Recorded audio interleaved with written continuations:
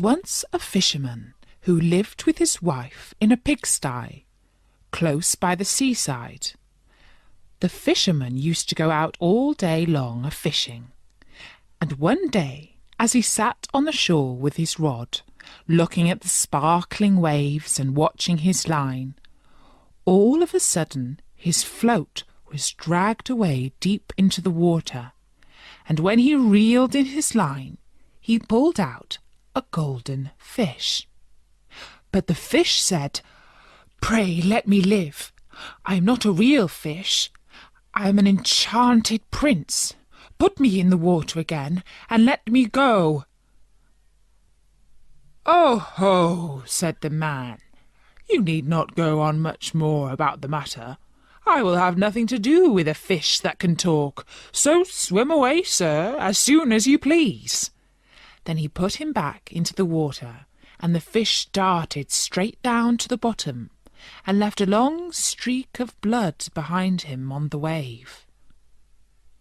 When the fisherman went home to his wife in the pigsty, he told her how he had caught a golden fish, and how it had told him it was an enchanted prince, and how, on hearing it speak, he had let it go again. "Did you not ask it for anything?" said the wife. "We live very wretchedly here in this nasty pigsty. Do go back and tell the fish we want a snug little cottage." The fisherman did not much like the business. However, he went to the seashore, and when he came back there, the water looked all yellow and green, and he stood at the water's edge and said, "O man of the sea, hearken to me. My wife Ilsabil will have her own will, and hath sent me to beg a gift of thee." Then the fish came swimming to him and said, "Well, what is her will? And what does your wife want?" "Ah," said the fisherman, "she says that when I had caught you, I ought to have asked you for something before I let you go. She does not like living any longer in the pigsty, and wants a snug little cottage." "Go home, then," said the fish. "She is in the cottage already." So the man went home and saw his wife standing at the door of a nice trim little cottage. come in," she said. "Is not this much better than the filthy pigsty we had?" And there was a parlour and a bedroom and a kitchen, and behind the cottage there was a little garden, planted with all sorts of flowers and fruits, and there was a courtyard behind, full of ducks and chickens. "Ah," said the fisherman, "how happily we shall live now." "We will try to do so, at least," said his wife. Everything went right for a week or two, and then Dame Ilsabil said, "Husband, there is not nearly enough room for us in this cottage. The courtyard and the garden are a great deal too small. I should like to have a large stone castle to live in. Go to the fish again and tell him to give us a castle." "Wife," said the fisherman, "I don't like to go to him again, for perhaps he will be angry. We ought to be easy with this pretty cottage to live in." "Nonsense," said the wife. "He will do it very willingly. I know. Go along and try." The fisherman went, but his heart was very heavy, and when he came to the sea, it looked blue and gloomy, though it was very calm. And he went close to the edge of the waves and said, "O man of the sea, hearken to me. My wife Ilsabil will have her own, and hath sent me to beg a gift of thee." "Well, what does she want now?" said the fish. "Ah," said the man, dolefully, "my wife wants to live in a stone castle." "Go home, then," said the fish. "She is standing at the gate of it already." So away went the fisherman, and found his wife standing before the gate of a great castle. "See," said she, "is not this grand?" With that they went into the castle together, and found a great many servants there, and the rooms all richly furnished and full of golden chairs and tables. And behind the castle was a garden, and around it was a park, half a mile long, full of sheep and goats and hares and deer, and in the courtyard were stables and cow-houses. "Well," said the man, "now we live cheerfully and happy in this beautiful castle for the rest of our lives." "Perhaps we may," said the wife, "but let us sleep upon it before we make up our minds to say that." So they went to bed. The next morning, when Dame Ilsebil awoke, it was broad daylight, and she jogged the fisherman with her elbow and said, "Get up, husband, and bestir yourself, for we must be king of all the land." "Wife, wife," said the man, "why should we wish to be the king?" "I will not be king." "Then I will," said she. "But, wife," said the fisherman, "how can you be king? The fish cannot make you a king." "Husband," said she, "say no more about it, but go and try. I will be king." So the man went away, quite sorrowfully to think that his wife should want to be king. This time the sea looked a dark grey colour, and was overspread with curling waves and the ridges of foam, as he cried out, "O man of the sea, hearketh to me. My wife Ilsebil will have her own will, and hath sent me to beg a gift of thee." "Well, what would she have now?" said the fish. "Alas," said the poor man, "my wife wants to be king." "Go home," said the fish. "She is king already." Then the fisherman went home, and as he came close to the palace, he saw a troop of soldiers and heard the sound of drums and trumpets. And when he went in, he saw his wife sitting on a throne of gold and diamonds, with a golden crown upon her head, and on each side of her stood 6 fair maidens, each a head taller than the other. "Well, wife," said the fisherman, "are you king?"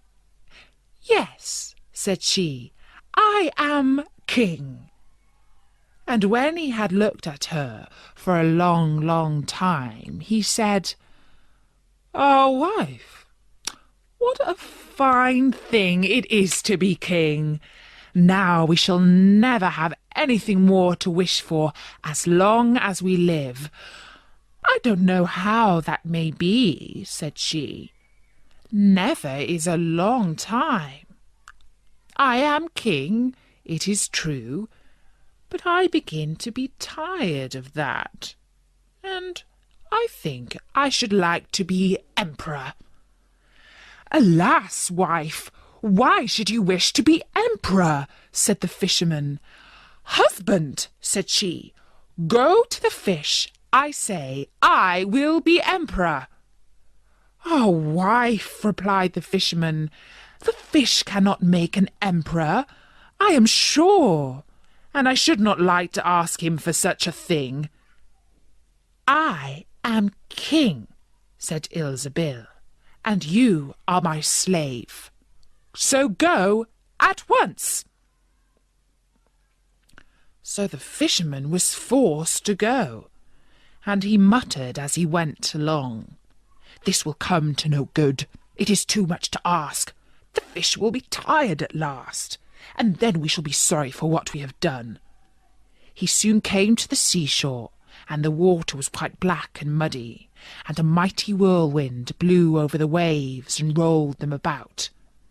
But as he went as near as he could to the water's brink and said, "O man of the sea, hearken to me. My wife Ilsebil will have her own will, and hath sent me to beg a gift of thee." "What would she have now?" said the fish. "Ah," said the fisherman, "she wants to be emperor." "Go home," said the fish. "She is emperor already."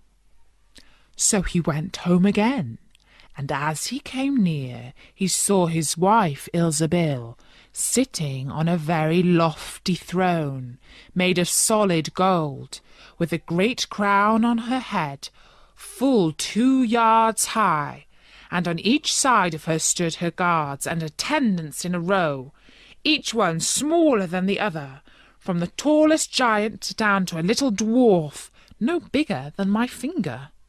And before her stood princes and dukes and earls, and the fisherman went up to her and said, "Wife, are you emperor?" "Yes," said she, "I am emperor." "Ah," said the man, as he gazed upon her, "what a fine thing it is to be emperor." "Husband," said she, "why should we stop at being emperor? I will be pope next." "Oh, wife, wife," said he, "how can you be pope? There is but one pope at a time in Christendom." "Husband," said she, "I will be pope this very day." "But," replied the husband, "the fish cannot make you pope."